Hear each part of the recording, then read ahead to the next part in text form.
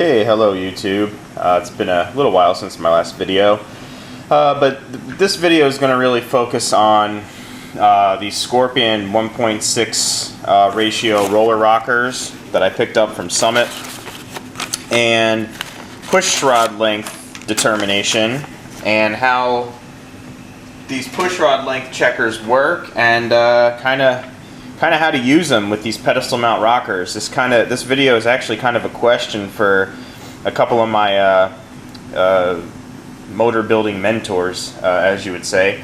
I really want to try to document one of the questions, or I wouldn't call it an issue, but a question that I have regarding how to take and measure for these push rods, and a couple of concerns I have with these pedestal mount rockers, and I want to really make sure that I'm doing this the right way before I go and make a video about how to show you guys how to do it, or make a mistake myself and cause damage to this motor that I'm working on.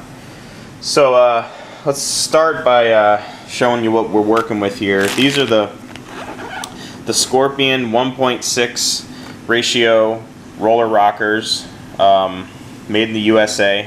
It's a really high quality anodized finish on the rocker itself. The bearings feel really smooth. There's no real play in it or anything like that.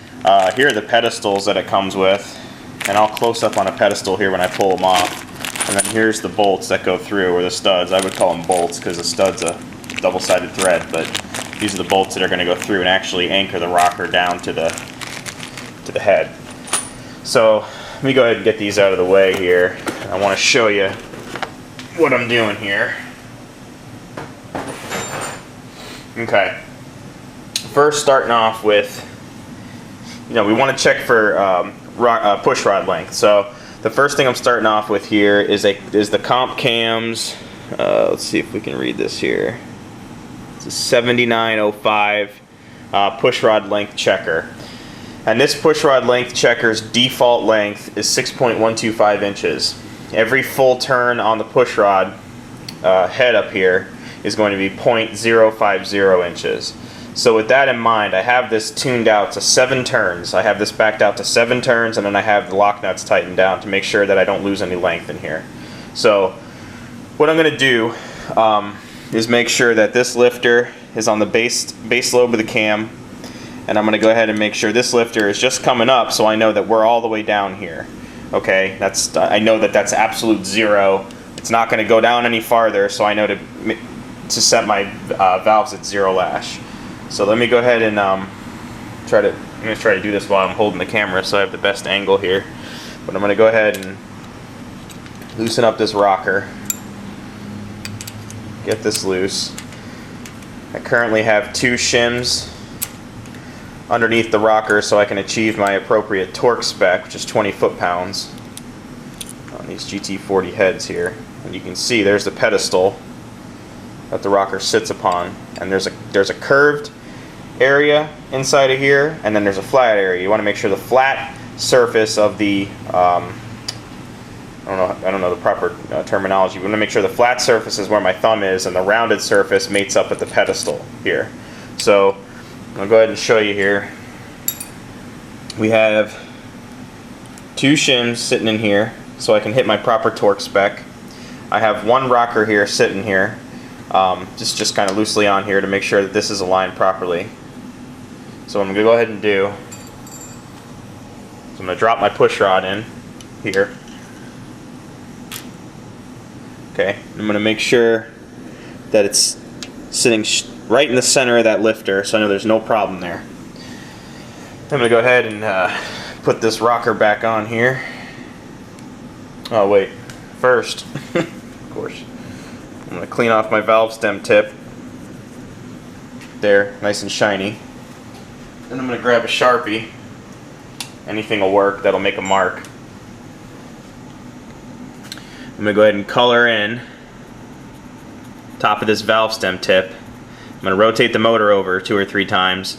I'm going to see where that roller ball rests on that valve tip. If it's too far down, I know my push rod is too long. Too far up, it's too short. I'm going to try to hit right in the dead center there. So that's kind of colored in.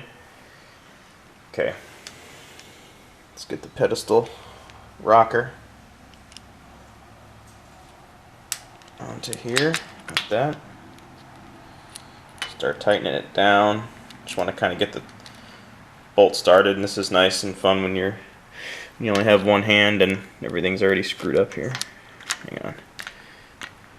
Bam.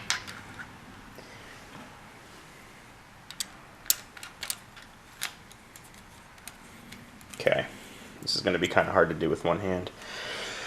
But, okay, I'm going to kind of tighten this down so I hit 0 lash. And this is by no means a valve adjustment whatsoever. This is not how you would want to do it. Still kind of move that there. Loosen it a little bit. For play, we have a little play there. Another little turn there. Still can move it. Right there. Just, there you go. Just barely can move. So I'm going to go ahead and just lightly feather it. There, it's steady. Okay, so now what I'm going to do is I'm going to grab my torque wrench here, swap the camera out, my other hand, grab a torque wrench, and I have this torque wrench set to 20 foot-pounds. I don't know if you can really read that there, but it's 20 foot-pounds. And I'm going to start up here, so the torque wrench is straight up and down, because I only want a quarter to a half a turn until I hit my torque spec. So I'm going to go ahead and crank down.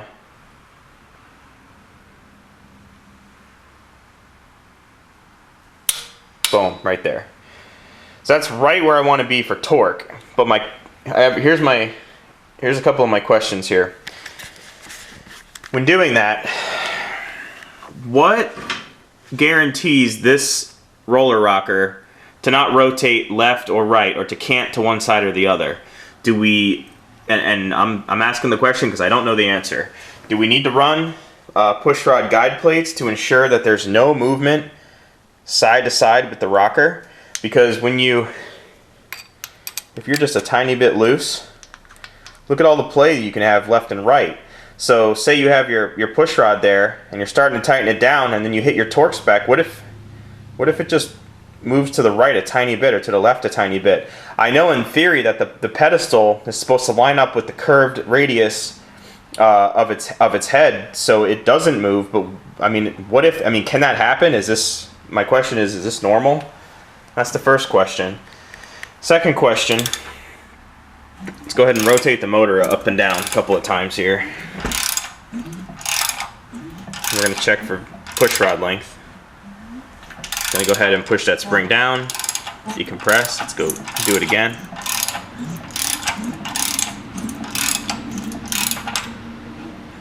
Goes down. There we go. And that lifter's just starting to come up there.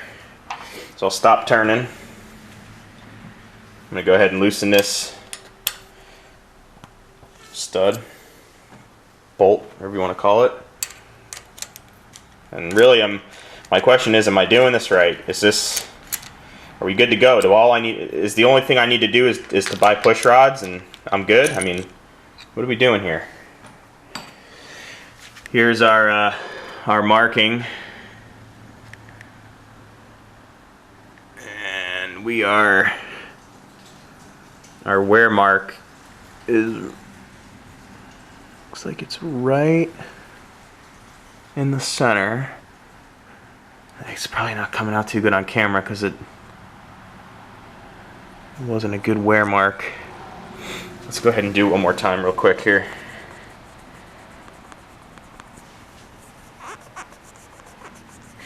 Yeah, guys, sorry for the long video and, not really being clear and everything, but I really don't want to mess this up. I don't want to buy the wrong length push rods. I don't want to just smack all this stuff together and then break stuff. That's not cool. What would be the point of that? You don't know unless you ask. Go ahead and color this in again one more time. Push rods in there.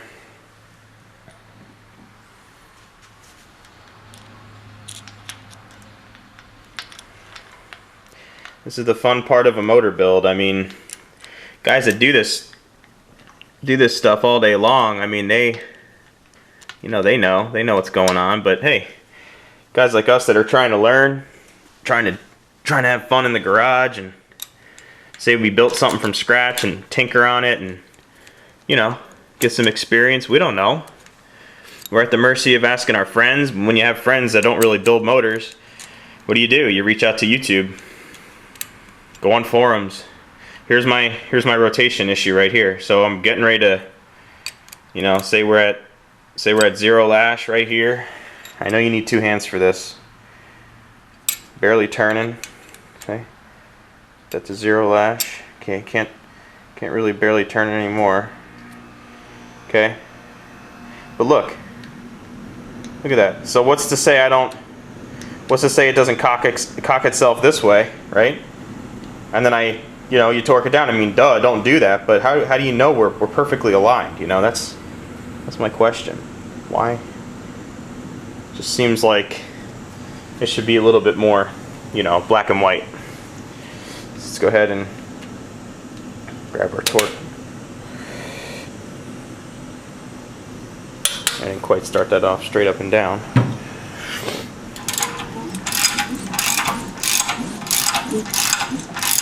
There's 1 rotation. 2.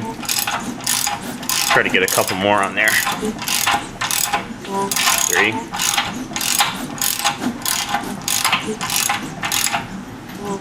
4. Okay. Let's see where we're at. I'm sure this is an oddball size too. That's the other concern I have. 7 turns out on this measurement. I don't have my paper in front of me, but 7 turns out they don't have a rocker, or they don't have a push rod that long. Yeah, we're right in the center there. Bingo. Yeah, we're centered. So okay, 7 turns out on the push rod. We got to get the measurement, you know. And when I take the measurement, it's like right in the middle of 2 different sizes. So if I go too long, my push rod's going to be too long. So I'll ride down here on the stem. If I go too short, I won't be able to get my. I don't even think I can 0 lash it if I go the next setting down. I don't know. Anyway, I want to get this video up there. Ask Pete and Tyler and a couple of the guys that I have on my YouTube channel. See what kind of insight they have. And yeah, sorry for dragging it out and making it so long here, but I really want to get to getting this thing going here, and this is the riddle I gotta solve. So thanks for watching, guys. Sorry the video is so long, but I'll let you know what the answers are, and I'll figure out all the right ways of doing this stuff, and then I'll go ahead and do a video on it. So alright, we'll talk to you later.